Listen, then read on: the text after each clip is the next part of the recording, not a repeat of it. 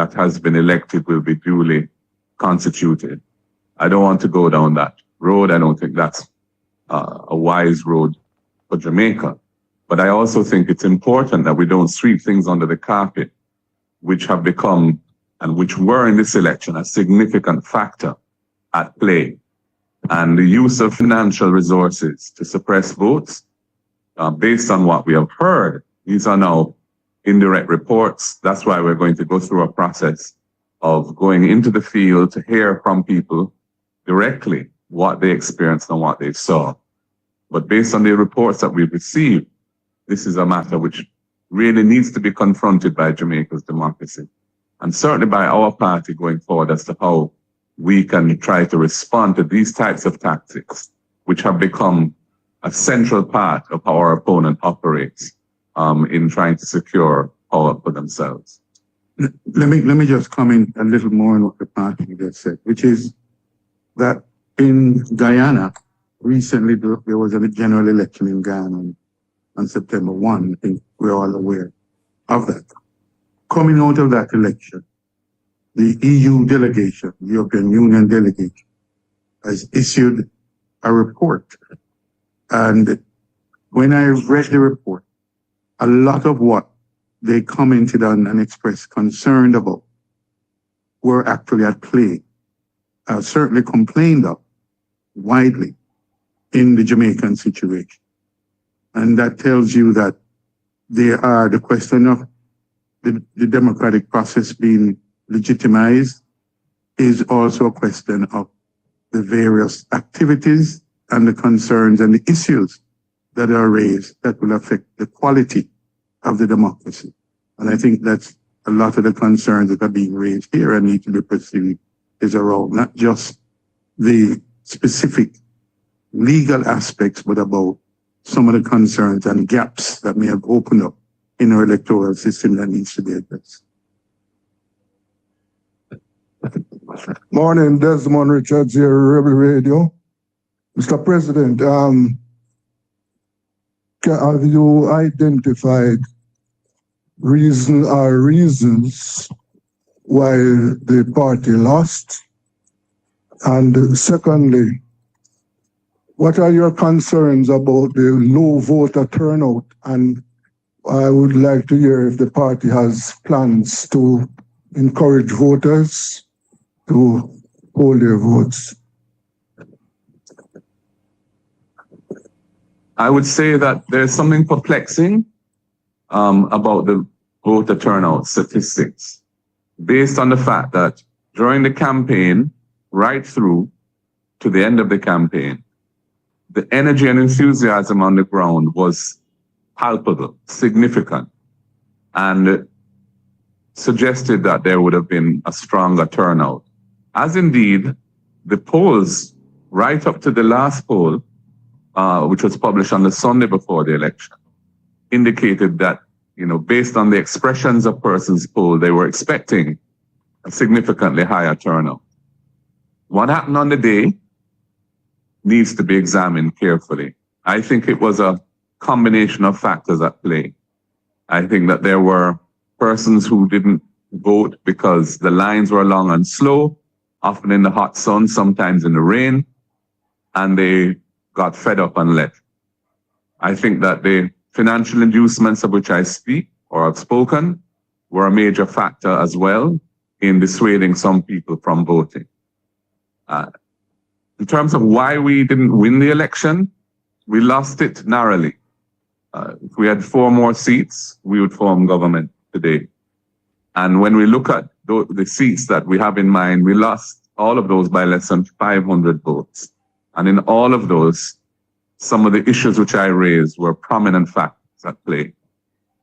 So obviously, I don't want to prejudge what the appraisal committee will say based on their investigations. But as I said, the low voter turnout is a bit of a mystery as to why that transpired, given what we know and what we saw and what we felt during the campaign. I would say one other thing, which is that the voters list itself has not been cleansed comprehensively for over a decade. I can't even remember when the last proper re-verification. Early 2000. Early 2000s. So it's probably 2 decades now since that was done. And given the nature of our population, how people move around, move to other parts of Jamaica to seek work and that sort of thing, and the people who die, and there's no automatic removal of voters on there. The number on the voters list from which the percentage turnout is derived is a questionable number. And so the voter turnout statistic itself is necessarily understated. The degree of understatement is what we don't know. And if I may add to that, the People's National Party polled an additional 97,000 votes over the 2020 elections. The Jamaica Labour Party polled 5,000 more over that time. And as has been said, if you look at some of our areas, there was significant suppression that took place in some of our areas by persons inducing individuals in there not to go to vote. And with the long lines that were present at the polling station, there is a question for the ECJ to answer. Because if we had a turnout of only 39% and we had such long lines with such delays, one should have to think what would have happened if the turnout had been 50%. Because significant delays took place on the day. I was on the phone from early with the director trying to resolve some of the issues. And you did have persons in those lines that turned away.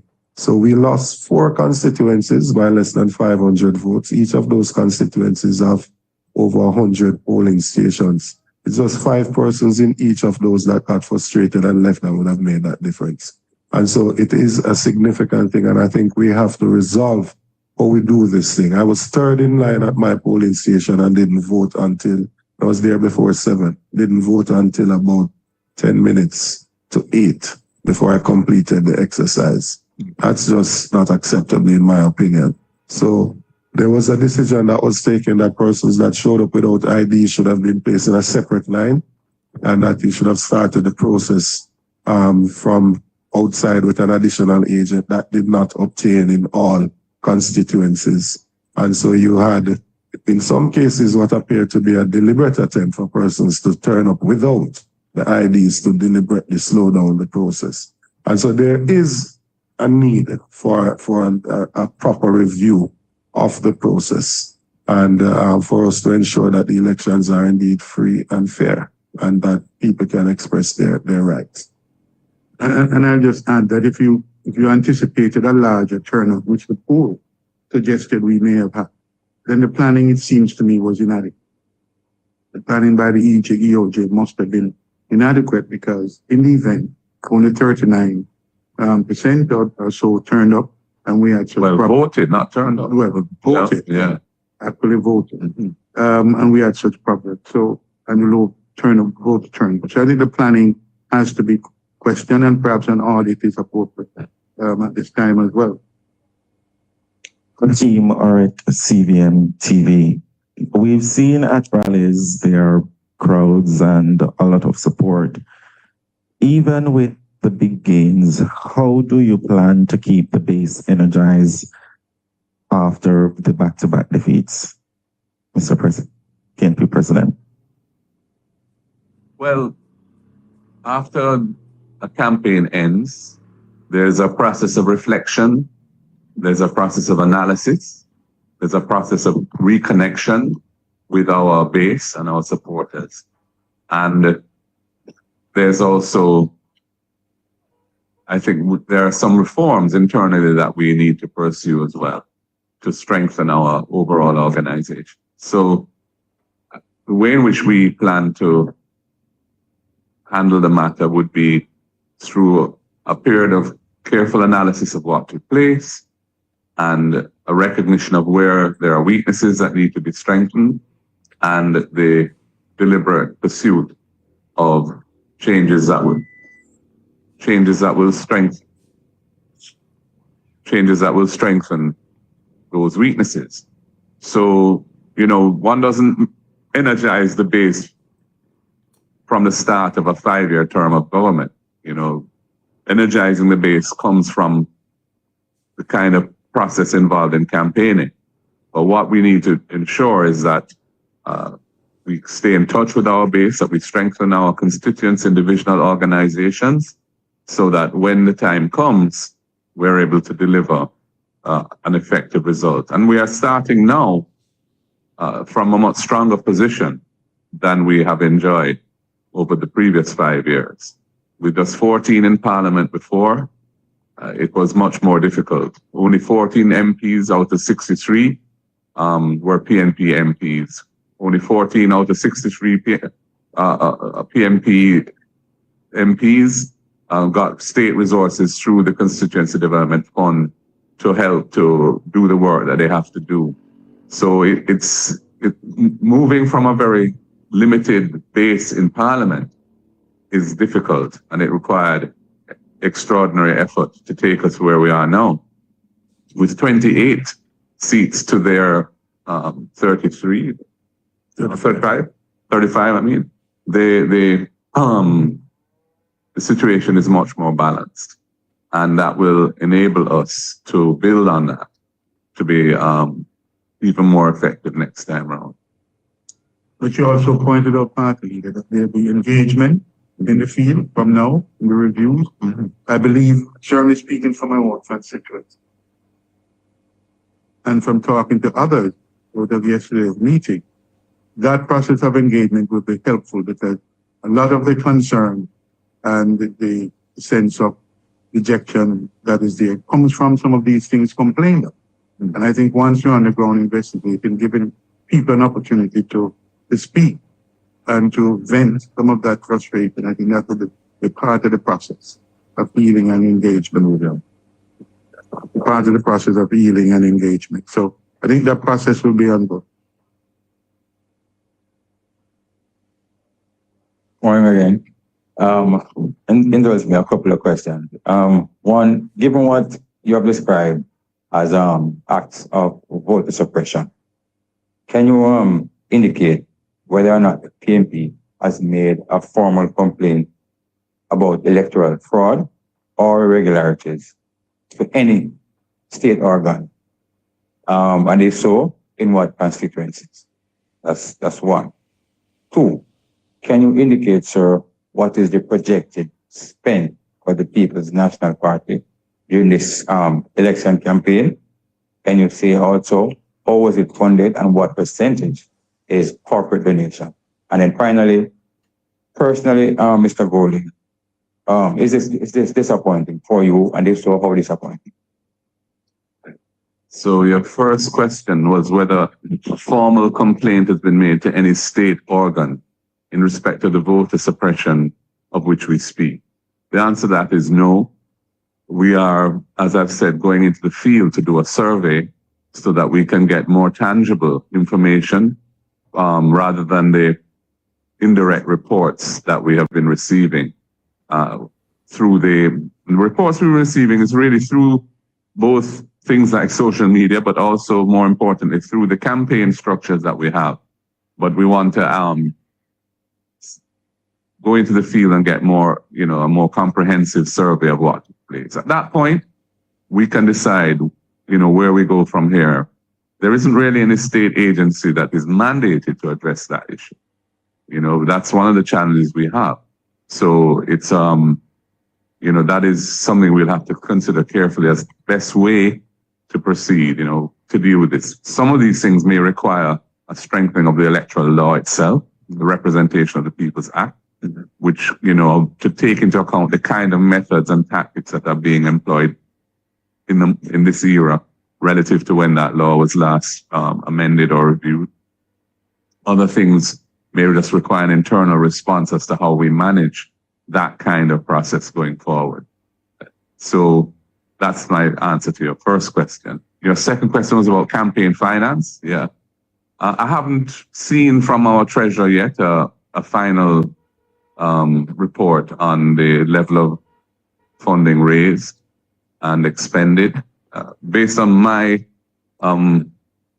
assessment of it or knowledge of it, I would say most of the funding that we raised came from donors. Some are corporate donors, some are individual donors. And I'm very sure that they were within the overall envelope allowed by the law in terms of the limits. I can tell you that because I have a sense for the numbers, but I don't have the specifics. And the third question was about yeah, it's a mixed feeling. I feel pleased that we are on the up and up, that we have managed to double the number of MPs that we have in Parliament, that we are going to have a team in Parliament now that is going to be formidable as an opposition, given the people who won. And we have an excellent team. And the fact that we got 97,000 more votes this time than we got in 2020 is also significant as an increase. Our opponents got 5,000 more votes. So it was a definite improvement in our performance. Disappointment at the same time that we weren't able to deliver that final, 5 additional, call it 4, that we needed to just have 32, which is the threshold for winning. That was disappointing. Thought we would have won and didn't. We have to look carefully at why we weren't able to prevail there. I think that the reasons for that were more to do with factors that took place on election day itself and maybe the night before or 2 nights before, rather than the campaign as a whole. I think the campaign as a whole, we ran a pretty exemplary campaign. I think it was a much more active campaign than our opponents in terms of presence on the ground and meetings and rallies and the attendance at those rallies. I think our manifesto was delivered in a reasonable time so people could digest it and was well received. I think that our performance in the election debates, where most people feel that we won each of the 3 debates, was also significant and helped us along. But, we weren't able to actually cross the line first because things went on, as I said, the very end of the process, which we were not able to respond to effectively on the day. And for that, we must all take some responsibility, including me as party president.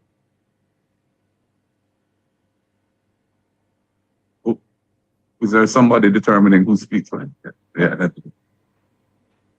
So, morning, gentlemen. Yeah. What positives can you take from the campaign? Excuse me. Oh, sorry. Speakers, right? Yes. What positives can you take from the campaign? And what are your views generally about your team, the team you put together? Okay, it's a bit disappointing to lose, obviously. But when you reflect back, to say 5 years ago, from where you came from there to where you are now, what positives? And secondly, what plans do you have to bolster your treasury?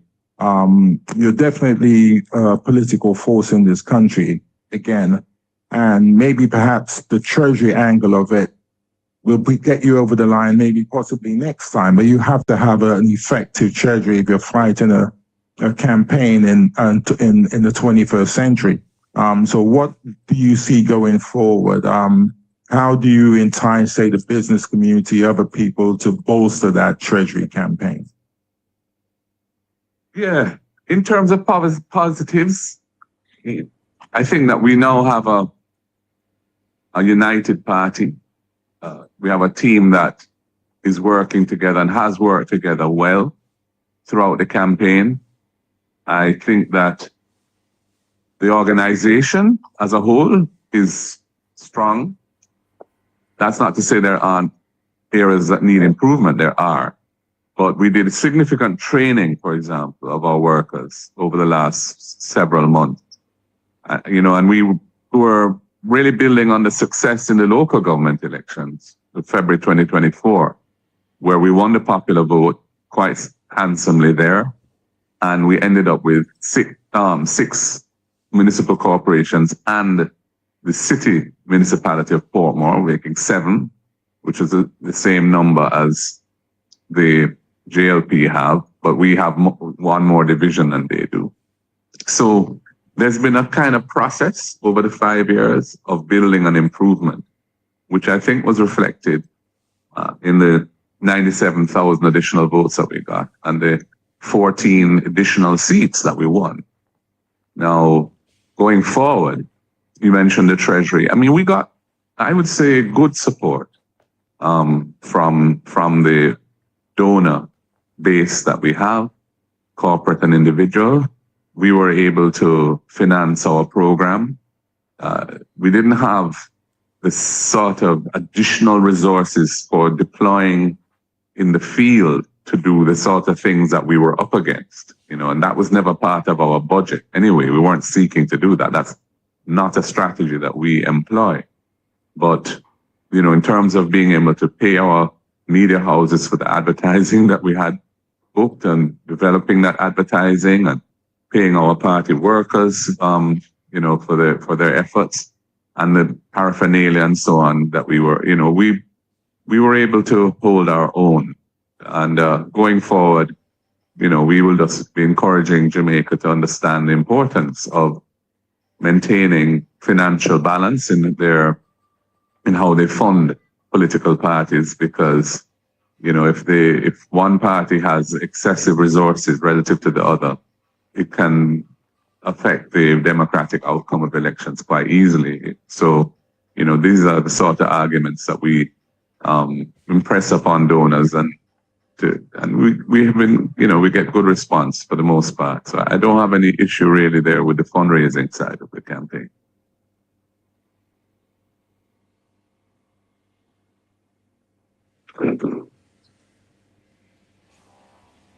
Success. Good. All right. Greetings to all at the press table. President MG, this one is for you, sir. Who is this? I am Baba Tunde's Stargate Communications. Before I get into my questions, I would just like to start on a positive by saying there are some things that you initiated that changed the experience for the Rastafari community, especially with the ganja experience and all. Only more than if you do, you know. But we must acknowledge when positive moves me. We acknowledge that. So we kick off the party. So the first question. Seeing all of what we see now, maybe some 8-9 days after the election, was the People's National Party fully prepared? I have two more. I can know if I have to pause and answer, I go with the other two and then.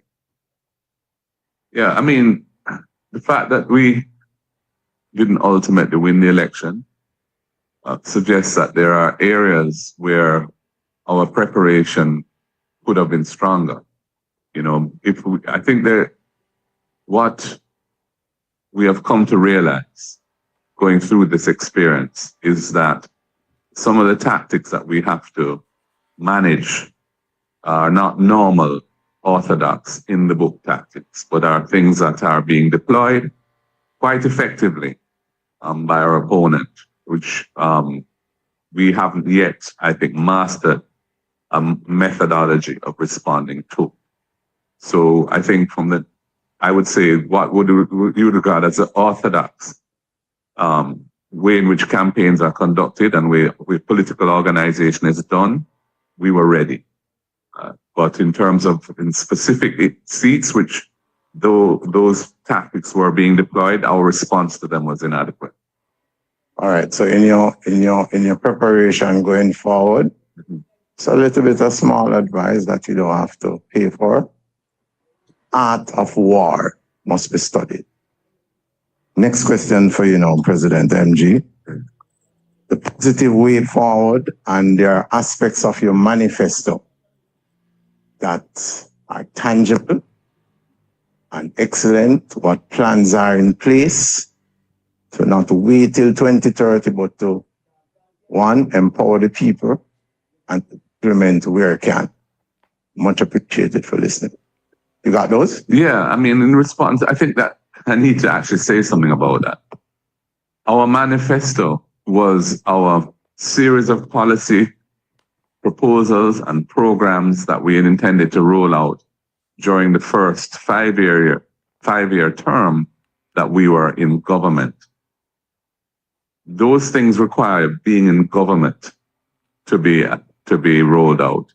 An opposition party gets no state resources to implement plans and programs. We get a modest stipend as MPs to run a constituency office, and that's it. And then there's a CDF, which is a modest sum which hasn't been adjusted for inflation for many years now, of 20 million a year, out of which 1.5 million pays an administrator. So it's 8.5 million to be spent in a constituency with residents typically exceeding 40,000 people.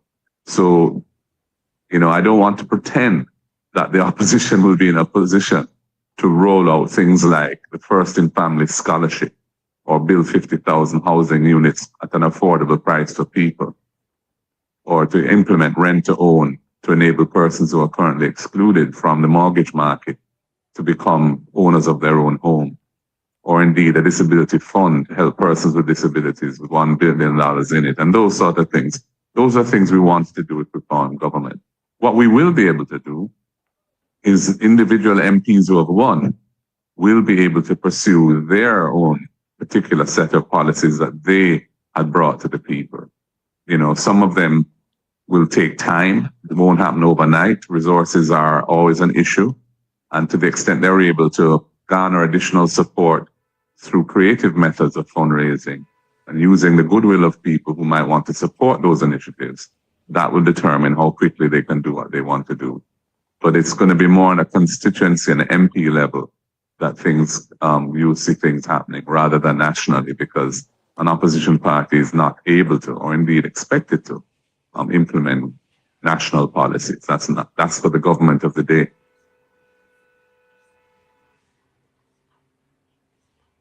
Just two more, one for Anthony Hilton and one for you, Mr. Golding. Mr. Hilton, you put forward the suggestion comparing Jamaica's electoral process to that of Guyana, which has a history now of concerns about the process, whereas here in Jamaica, we had the OAS, CARICOM, as well as CAFE, all suggesting that the elections were free of harassment, free of intimidation, or any other irregularities, so far as going as to commending us in terms of our conduct here and to put forward Jamaica as a model that the Caribbean can follow. Isn't that a bit out of sorts in terms of that assessment by you in terms of irregularities? And to you, Mr. Golding, your predecessors have all offered their resignations to the wider party following an election loss. Will you not do the same, or will you simply take up your post as opposition leader going into the parliament?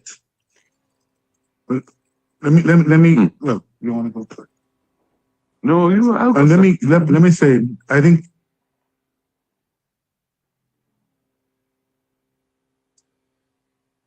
the aspects. I don't think what you characterize as overstatement, notwithstanding anything that has been said by CAFE or any other organization that participated.